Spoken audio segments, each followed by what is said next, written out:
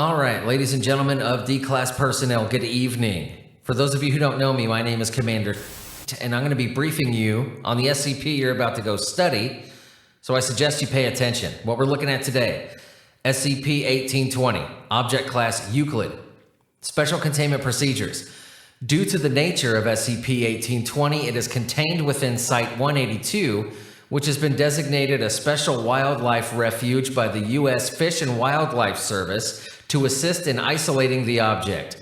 If any civilians are detected either from the perimeter observation towers or through satellite surveillance, MFT Tau 7, Smokey's Rangers, is to intercept and redirect using available cover stories detailed in Document 1824-12 or non-lethal force and administration of Class B amnestics where applicable.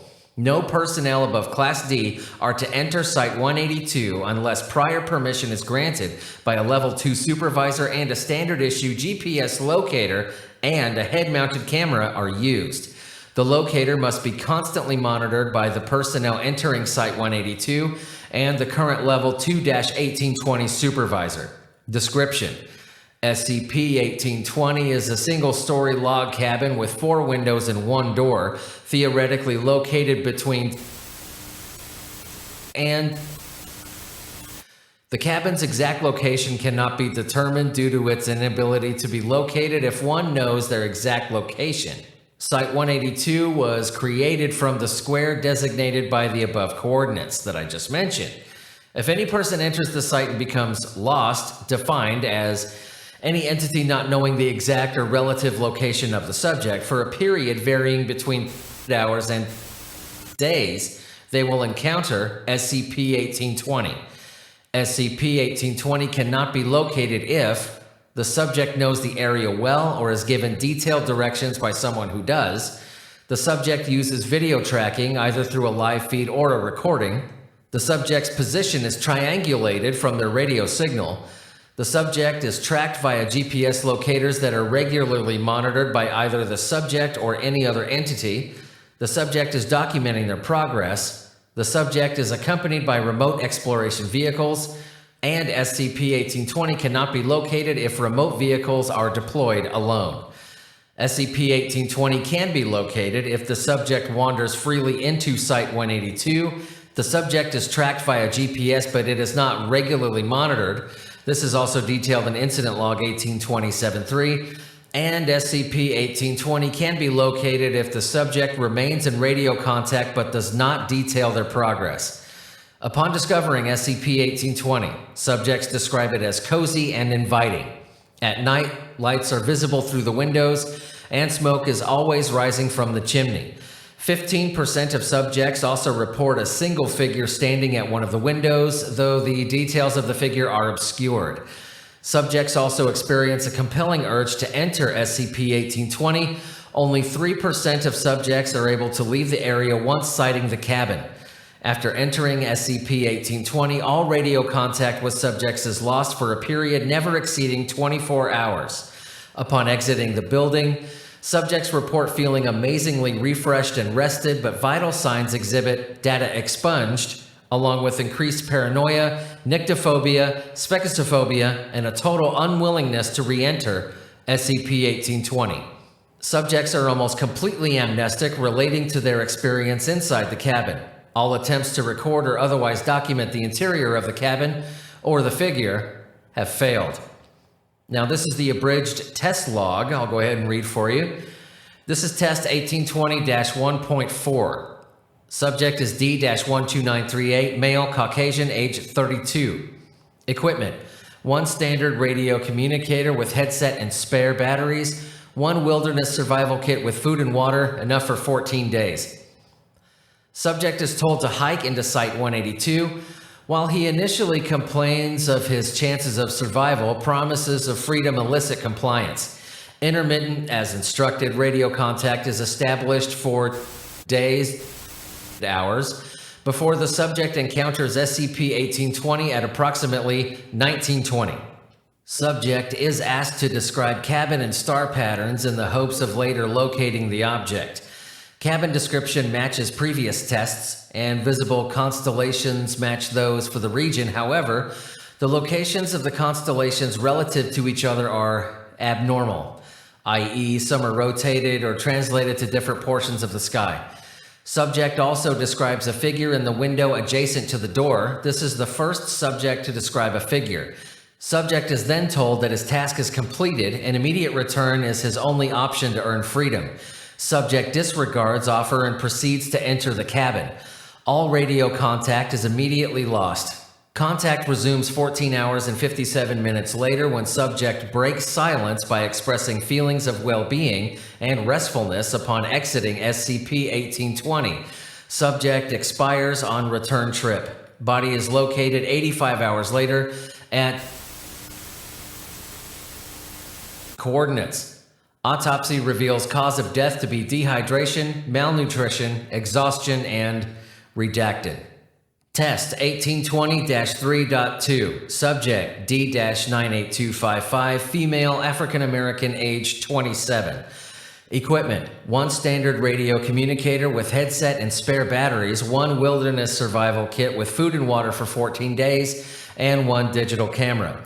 Subject is told to hike into Site 182 with standard compliance promises. SCP-1820 is encountered before the first scheduled radio update after hours minutes at approximately 10:45.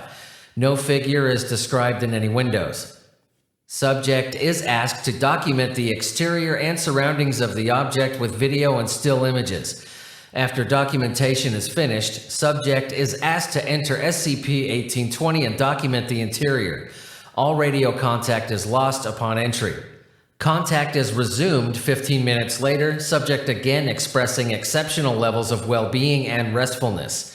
When subject is asked to re-enter the cabin, she immediately becomes verbally hostile and abusive.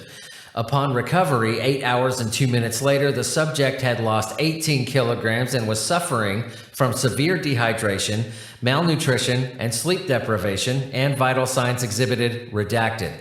Subsequent psychological examinations revealed acute paranoia, nyctophobia, spexophobia. Subject self-terminated 13 days later. The majority of the data on the camera's memory card was irretrievable, and all retrievable pictures were too badly corrupted to even be recognizable. Why spexophobia? We need to document the interior. That was a note written at the end of this report by Dr. Test 1820-9.8, subject D-76502, male, Caucasian, age 29. Equipment: 1 standard radio communicator with headset and spare batteries, 1 wilderness survival kit with food and water for 14 days, 2 digital cameras, and 2 film cameras. Subject is told to hike into Site 182 with standard compliance promises. Subject encounters SCP-1820 after days hours at approximately 0630. Subject is told to document the exterior of the cabin with a film and digital camera, and then to leave the cameras on the ground and enter the building, documenting the interior with the others. Upon entry, all radio contact is lost, but a hissing sound persists for 1.2 seconds. Contact is resumed 9 hours, 19 minutes later, subject again expressing exceptional levels of well-being and restfulness. Subject is able to locate the first 2 cameras and makes the return journey in days and hours. Upon recovery, subject had lost 25 kilograms and was suffering from severe dehydration, malnutrition, and slight sleep deprivation, and vital signs exhibited redacted and acute redacted. Subsequent psychological examinations revealed paranoia, acute spexophobia. Subject becomes physically hostile to staff within 2 days and is terminated while assaulting Dr. 4 days later. Analysis of the digital camera used to document the interior of SCP-1820 shows the same signs of data corruption as that of Test 1820-32, while the film appeared to have been burned while inside the second camera. The exterior camera showed no signs of corruption. Incident Log 1820-7.3. While rerouting civilians from SCP-1820, agents Gutierrez, Fowler, and Holland became separated from the rest of the squad. While they were wearing their standard-issue GPS tracking bracelets, they encountered SCP-1820 hours later at approximately 21:30 while returning to the base. Supervisor 2-1820 immediately ordered their return and commanded they do not enter the cabin. Agent Holland does not hesitate as he enters the cabin, but Agents Gutierrez and Fowler hesitate momentarily. Agent Gutierrez is heard to debate with himself for approximately 3 minutes before entering, but Agent Fowler proceeds to slowly back away and then break into a run for 47 minutes before collapsing and is recovered 1 hour and 22 minutes later. Agent Gutierrez exits the cabin 4 hours, 12 minutes after entry, and Agent Holland exits 19 hours, 50 minutes after entry. Upon their recovery, both agents were suffering from severe dehydration, malnutrition, and exhaustion. Agent Holland had developed symptoms of severe redacted. Both agents were given the option of medical euthanasia. Agent Holland immediately became hostile, killing Dr. and injuring 2 guards before being terminated. Agent Gutierrez accepted the offer pending his debriefing. Now, this is in interview log 1820-7.3, which I'll read for you here in a minute. Now, Agent Fowler showed no signs of mental or physical illness aside from standard PTSD, and monitoring ceased after 70 days. Later analysis of the agent's GPS trackers revealed they simultaneously ceased functioning immediately after the time the agent's locations were checked. This shows possible sentience on the part of SCP-1820. Here's a note again from Dr. At the end of this report here, it says, I'm curious as to the time of the GPS malfunction. If we had checked their GPS location again within hours, the experimental minimum time to contact, would it have malfunctioned at all? Seems a bit paradoxical, but I'm requesting upgrade to Euclid. Interview log 1820-7.3. Debriefing of Agent 1820-82 M. Gutierrez following Incident 1820-7.3. Interviewer is Dr. Forward. Psychoanalysis of Agent Gutierrez following Incident 1820-7.3 reveals severe paranoia, nyctophobia, and spexophobia. None of these conditions were present during mandatory psychiatric evaluation on Dr. For the record, please state your name and ID number. Gutierrez. Agent Michael Gutierrez, ID 1820-82-620013Z. Dr. Thank you. Now, can you describe for me the events that led up to your encounter with SCP-1820? Gutierrez. It was supposed to be just a routine civvy redirection. At about 0630, we got word of some hikers approaching the site, and of course, we had to get them out. I didn't think about it then, but something was definitely wrong. Nobody comes to this area this time of year. Nobody. I'm sure they were here for a reason. It had to be the...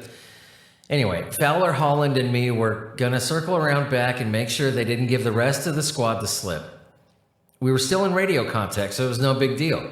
The rest of the squad got him, they got to him before we did, and they supposedly had everything under control. We were ordered to head back to base. We knew the area pretty well by then, so it should have just been a short trip, and then... Doctor... Go on, please. Gutierrez. We just sort of came out into this clearing, and there was this cabin sitting there. It'd already gone dark, which is strange considering how far it, was supposed to be back to the base. The place looked so nice, I guess. It looked warm, like it would be nice to rest there a while before we head back. I don't know, Doc. It seemed like a good idea. Doctor, you were briefed on transferring here about the object's dangers. Supervisor, it specifically ordered you to return without approaching SCP-1820. Why did you disobey a direct order? Gutierrez, I just knew he was wrong, I guess. Nothing could be wrong with a place like that. I remember talking to myself going in. I mean, it hadn't been there. How could he know it was dangerous anyway? Doctor, all right. Can you tell me what happened when you entered? Did you see Agent Holland? Any description at all will be helpful. Gutierrez. I didn't think about it before, but I didn't see Holland. I bet he was hiding. He didn't even pause before he went in. He must have come up with this whole thing. Doctor, please, Agent Gutierrez, what happened inside? Gutierrez, I'm sorry. It was dark. It smelled kind of rusty, I guess, like something old and sharp. Not really musty. My mind's all fuzzy. Are you sure this is important? I'm sure the cabin was safe and all. It was so warm. Doctor, it was dark inside. Agent Fowler described the exterior windows as brightly lit. Gutierrez, no, I'm sure it was dark. And I think I heard this groaning sound, or maybe it was a buzzing. Then there was a figure, a shape. I think, oh God, it was data expunged. Oh God, what happened to me in there, Doc? What happened? Subject appears visibly agitated and alarmed. It takes several minutes to calm him. I'll go ahead and omit that from the red log. Dr. Gutierrez, this is what we're trying to determine. So far, you're the only person to enter SCP-1820, and remember this much. Please, you've been exceedingly helpful so far, but can you tell me anything else? The agent is silent for approximately 5 minutes. When he continues, his voice is uncharacteristically monotone. Gutierrez, they were kind and warm. He was so nice, caring for me like that. I was just a lost traveler, and he took me in and helped me to relax. I'm glad he took my redacted. I didn't need it anyway. I can rest now. Doctor, what do you mean, who are they? What is he? The figure observed in the window? Gutierrez, you should visit him sometime, you know. He can help you. He's nice to lost travelers. Give him your redacted. Doc, you don't need it. He took mine and now I can rest. And then he'll have my bones, too. Agent Gutierrez continues to ramble in this manner for another 3 hours before dying of self-inflicted cranial trauma using the interview table. All right, ladies and gentlemen, that was SCP-1820. You are dismissed.